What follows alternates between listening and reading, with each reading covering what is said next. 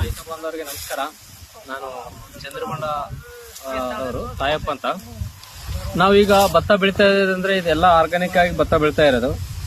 ಈಗ ನಾನು ಲೇಬರ್ ನೆಟ್ಟು ಎಲ್ಲ ಕಟಾವ್ ಮಾಡಿಸ್ತಾ ಇದ್ದೀನಿ.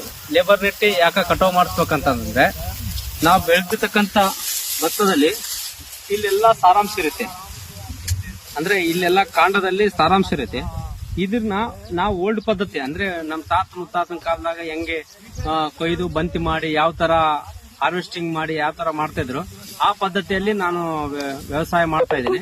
ಈ ತರ ಮಾಡೋದ್ರಿಂದ ಏನಾಗುತ್ತೆ ಅಂತಂದ್ರೆ ಪ್ರತಿಯೊಂದು ಬೀಜದಲ್ಲಿ ಅಂದ್ರೆ ಕವಳೆದಲ್ಲಿ ಯಾವುದೇ ತರಹದ ಉತ್ತಮವಾದ ಪೋಷಕಾಂಶಗಳು ಇದರಲ್ಲಿ ಕವಳೆದಲ್ಲಿ ಬರುತ್ತೆ.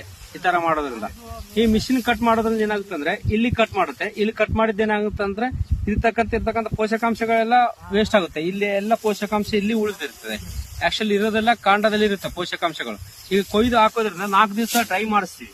ಡ್ರೈ ಮಾಡಿ ಹಾಕೋದ್ರಿಂದ ಏನಾಗುತ್ತೆ ಅಂದ್ರೆ ಇದೆಲ್ಲ ಸಾರಾಂಶ ಎಲ್ಲ ಕವಳೆ ಹೀರ್ಕಂತತೆ. ನಂದೇ ಉದ್ದೇಶ ಏನಪ್ಪಾ ಅಂತಂದ್ರೆ ನಾನು ಬೆಳ್ತಕ್ಕಂತ ಪ್ರತಿಯೊಂದು ಯಾವುದೇ ಆಗ್ಲಿ, ಪೈರಾಗ್ಲಿ, ಮ್ಯಾಂಗೋ ಆಗ್ಲಿ, ಇನ್ನ ರಾಗಿ ಆಗ್ಲಿ, ನಾನು ಪ್ರತಿಯೊಂದು ಸಾವಯವದಲ್ಲೇ ಬೆಳಿತಾ ಇದ್ದೀನಿ. ನಾನು ಆರೋಗ್ಯಕರವಾದ ಊಟ ತಿನ್ನೋದ್ರ ಜೊತೆಗೆ ಇನ್ನೊಬ್ಬರಿಗೂ ನಾನು ಆರೋಗ್ಯಕರವಾದ ಊಟ ಕೊಡ್ಬೇಕು ಅನ್ನೋದೇ ನನ್ನ ಉದ್ದೇಶ, ಮೇನ್ ಉದ್ದೇಶ. ಯಾಕಂದ್ರೆ ಈಗ ರೈತರೆಲ್ಲ ಏನಾಗಿದೆ ಅಂದ್ರೆ ಪ್ರತಿ ಒಂದಕ್ಕೆ ಕೆಮಿಕಲ್ ಹೊಡೆದು ಈಗ ಗಂಗಾವತಿ ಆ ಸೈಡ್ ಎಲ್ಲ ಏನಾಗಿದೆ ಅಂದ್ರೆ ಕವಳೆ ಯಾವುದೇ ಖರೀದಿ ಮಾಡ್ಬೇಕಂತಂದ್ರು ಖರೀದಿದಾರರು ಹಿಂದೆ ಮುಂದೆ ನೋಡ್ತಾ ಇದ್ದಾರೆ. ಎಕ್ಸ್ಪೋರ್ಟ್ ಅಲ್ಲಿ ಬಹಳ ಪ್ರಾಬ್ಲಮ್ ಬರ್ತಾ ಇದೆ. ನಮ್ಮ ಇಂಡಿಯಾದಲ್ಲಿ ಗಂಗಾವತಿಯಲ್ಲಿ ಬಹಳ ಜಾಸ್ತಿ ಕವಳೆ ಬೆಳೆದು ಆಗ ಏನಾಗಿದೆ ಅಂದ್ರೆ ಈಗ ಕವಳೆದಲ್ಲಿ ವಿಷಪೂರಿತವಾದ ಜಾಸ್ತಿ ಆಗೋದ್ರಿಂದ ಎಕ್ಸ್ಪೋರ್ಟ್ ಅನ್ನೋದು ಬಂದ್ ಮಾಡ್ಬಿಟ್ಟಿದ್ದಾರೆ. ಯಾಕಂದ್ರೆ ಅಲ್ಲಿ ವಿಷವನ್ನು ತಗೊಂಡೋಗಿ ಅಲ್ಲಿ ಸಮುದ್ರದಲ್ಲಿ ಸುರಿತಾ ಇದ್ದಾರೆ. ಈಗ ನಾವು ರಾಯಚೂರಲ್ಲಿ ಇನ್ನ ಆ ತರದ್ದು ಇನ್ನ ಬಂದಿಲ್ಲ. ಯಾಕಂತಂದ್ರೆ ಇನ್ನ ಅಷ್ಟು ಇದಾಗಿಲ್ಲ.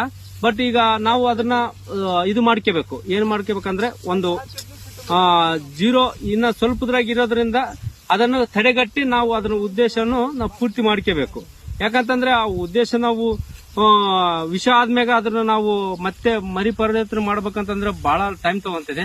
ನಂದು ಹೇಳೋದಿಷ್ಟೇ. ಯಾಕಂತಂದ್ರೆ ನಾವು ಇನ್ನ ಬೇರೆಯವ್ರನ್ನ ನೋಡಿ ನಾವು ಕಲ್ಕೋಬೇಕು. ಯಾಕಂತಂದ್ರೆ ಗಂಗಾವತಿ ಆ ಸೈಡ್ ಎಲ್ಲ ಕಂಪ್ನಿ ಎಲ್ಲ ವಿಷಪೂರಿತವಾದ ಭೂಮಿಯಲ್ಲಿ 4 ಫೀಟ್ 5 ಫೀಟ್ ತೋಡಿದ್ರು ಭೂಮಿಯಲ್ಲಿ ವಿಷಪೂರಿತವಾದ ವಿಷ ಆಗ್ಬಿಟ್ಟೈತೆ. ಆ ವಿಷವನ್ನು ನಾವು ಉಣ್ಣೋದ್ರು ತಪ್ಪಾಗುತ್ತೆ. ನನ್ನ ಉದ್ದೇಶ ಏನಂತಂದ್ರೆ ಪ್ರತಿಯೊಂದು ಸಾಮಾನ್ಯ ಜನಗೂ ನಂದು ವಿಷಮುಕ್ತವಾದ ಆಹಾರವನ್ನು ನೀಡುವುದೇ ನನ್ನ ಉದ್ದೇಶ.